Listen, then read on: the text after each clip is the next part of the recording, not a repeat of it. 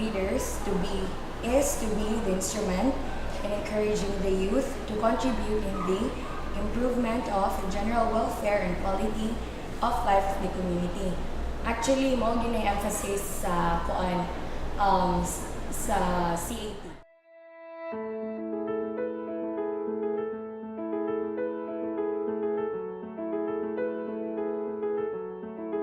Actually, I have always looked up to the CAT officers when I was in 7th grade. Then, since then, nakaingon ako nga, hala, ayos man di ay din. Admire na ko ilang strength and courage sa pag-handle nila sa ilang batalyon. Kasi dili ba na siya lalim. And sa kabisi sa life sa IDS kay lisod nga ingon ana.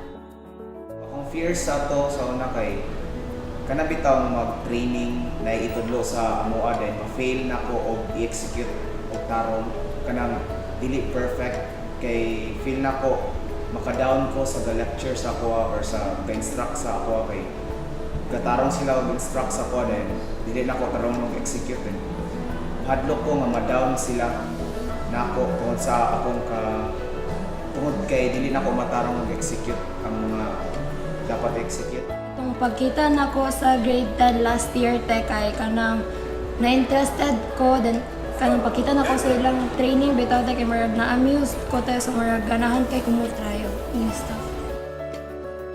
Well, actually, dili ko ka-imagine yan mag-salute sa 15 ka tao sa akong batch. Then walay mag-salute sa ako and gusto ko maka-experience kung unsa ang cult life. Kaya dagan kong friends sa higher years nga ni-appeal og cult and i-join sa cult para lang na-experience then feel pod na ako ma-develop akong self-discipline ug self-control.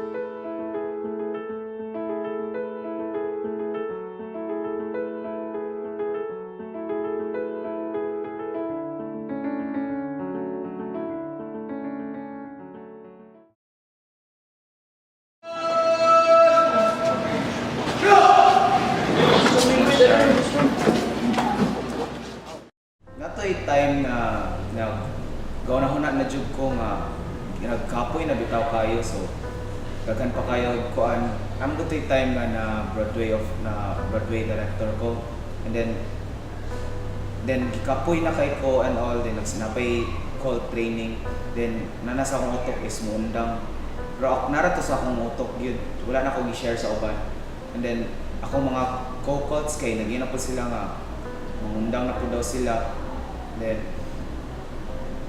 parang naka-feel din ko ato nga ning-decide ko ato nga dapat mupadayon ko kay para mapakita sa ila nga naara gyud ni reward after all basta ma-officer na jud naara gyud ni reward and then worth it gyud ni siya. Ang battalion commander karon is ato ning kuan na gyud siya ning share na siya nga mo-quit siya pero ning decide ko nga dapat dili ko mo quit kay i-push na ko o i-certain na ko nga siya ang imong battalion commander sa among battalion o kung kana nga time ning abot na kay ako'y isa sa mga mo-support sa iya. Every time I think of it, ako na lang yung ginahuna-una nga at the end of the line, na-adjud ko kani akong hardship kay naaragay prize. So every time makauna-una ko anak kay mauman na lagini and puhon makuha rin ako ang prize sa akong gihaguan. Wala ko actually nag-expect nga mabatkom ko. Ako lang dyan ganahan is masulod ko and unta field din ko mabutang. Pressure siya sa akong part kay kanibiya nga position kay usually yun ginahatag yun sa boys.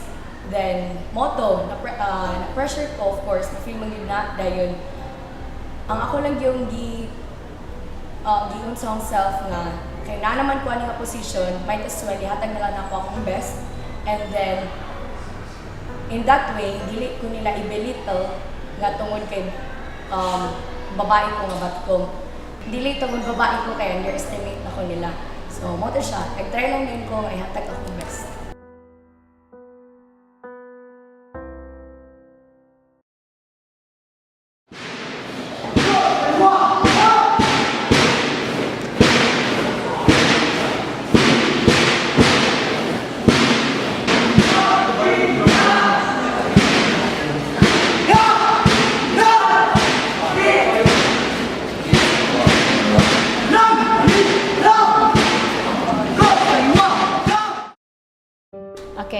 My position before, I was the Bravo XO. So I think it's first lieutenant. There were only 4 science curriculum students who survived the training, and I was one of those. And among those 4 science core students, I had the highest position, Bravo XO. The 4 of us from science core was just first loy or second loy because we had busier schedule compared to the revised curriculum. As a Bravo XO, it turned out that I was like the Bravo captain because our Bravo captain, he had a hard time controlling our male elements.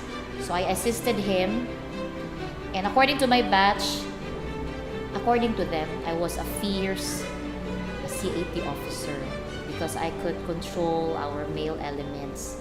I could even gain their respect during formation. Today's batch or this generation of CAT officers, I really like them all. Actually, all the batches under Sir Yabu, they really possess the leadership skills.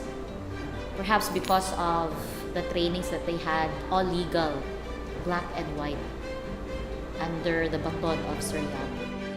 So kada itong CAT bitaw kay nakita na akong changes sa akong life, like physically o kana bitaw kanang ako po siyang gi-take up as a challenge, like kanang pag-control sa imong tao bitaw, like lisod jud kana siya kay ang tao man gud kay diverse man na sila og attitude, so maglisod jud kag nabunag ka na mga sipat jud kana mga kay gulo kana kailangan mo i-control mo kagalingon nga kay kailangan mo sila magpapatuo sa mo, pero nay limit, like kanang dapat dili kay ka bossy, din dapat kanang sakto lang bitaw.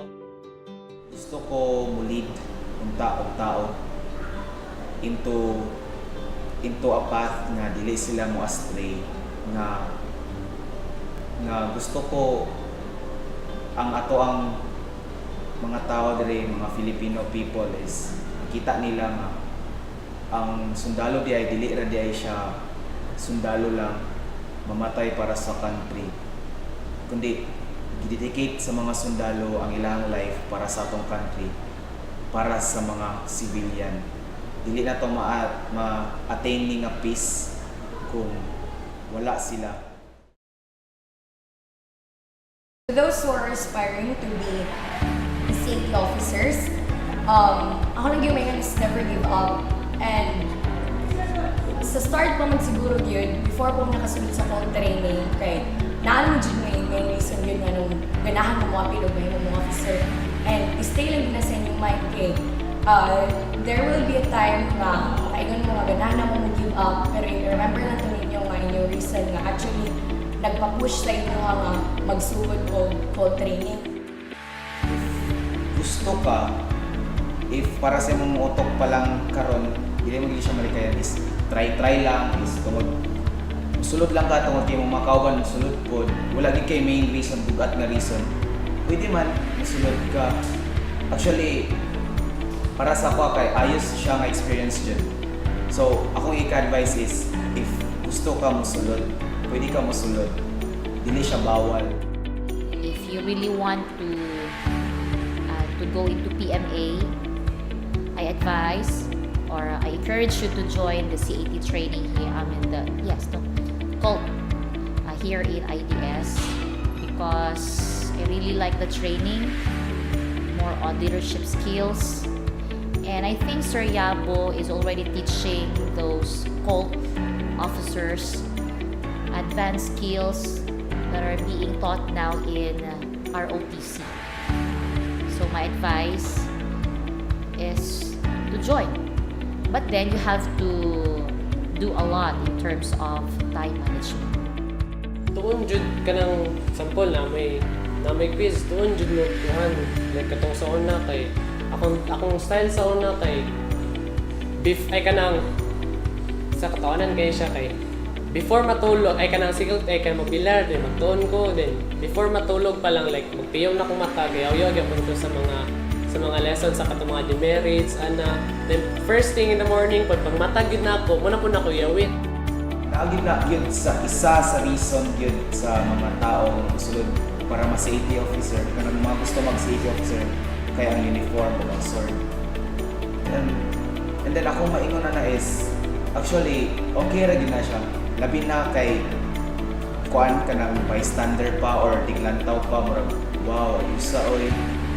Pero kadugayan jud as time goes on nga nag-uphold ka sa imong duty, sa imong responsibilities, makita nimo sa kabug-at day mo suot ani nga uniform literally o dili literal nga bug-at. If mastoryan bitaw mo sa akong nga kuan inani mo inana para ma-discourage bitaw mo. Kuan lang take it as a challenge lang bitaw gyud like kuan kanang ayaw mo padala sa inyong emotional nga kanang up mga kay ko nana and stuff. Tapos paningkamuti lang jud din tapos pag ready na lang gyud mo dahil sa physical conditioning do. May pang mag-training na mo dahil sa inyong balay. Ayaw ka hadlok mo try mo sulod. Kay kabalo ko ang sumusunod nga officers na mo o mga sumusunod na officers nila tarungon mo dala.